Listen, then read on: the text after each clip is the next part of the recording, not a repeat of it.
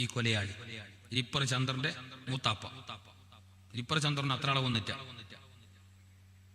99 ആളെ കൊന്നിട്ട് പിന്നീട് പശ്ചാത്താപം തോന്നിയ ഇയാൾ ആ മോലിയാരോട് പോയി കേട്ടത്ര, ഉസ്താദ് അസ്സലാമു അലൈക്കും. വഅലൈക്കും സലാം. പിന്നെ ഞാൻ വന്നറിയാം, ഞാൻ ഈ 99 ആളെ കൊന്ന കൊലയാളിയാണ്. എനിക്കിപ്പോ തൗബ ചെയ്യണമെന്നുണ്ട്. എനിക്കിത് മതിയായി.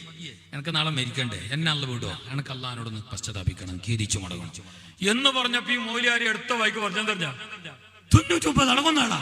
നിങ്ങക്ക് തൗബയില്ല, നിങ്ങ ഉള്ള ജാഗല ഇടി വീണു, ഇടി എന്ന് ചെല്ലുമ്പോ അയാൾ എന്താക്കി അറിഞ്ഞാ എനിക്ക് തൗബയില്ലേ, ഞാൻ ഉള്ള ജാഗല ഇടുവോ? എന്നാ ഈ സെഞ്ചുറി എന്റെ ഇരിക്കട്ടെ, അയാളെയും കൊന്നു. ഷത്തക്ക റിയാദുൽ സ്വാലിഹിന്റെ ഹദീസുണ്ട്. 100 ആളെ വൃത്തിയാക്കിയിട്ട് ഇയാൾക്ക് പിന്നെ അവര് കേട്ടിട്ടില്ല. പിന്നെ അയാളെ ഉത്തരം അങ്ങനെ ഇയാൾക്ക് സമാധാനം ഇല്ല.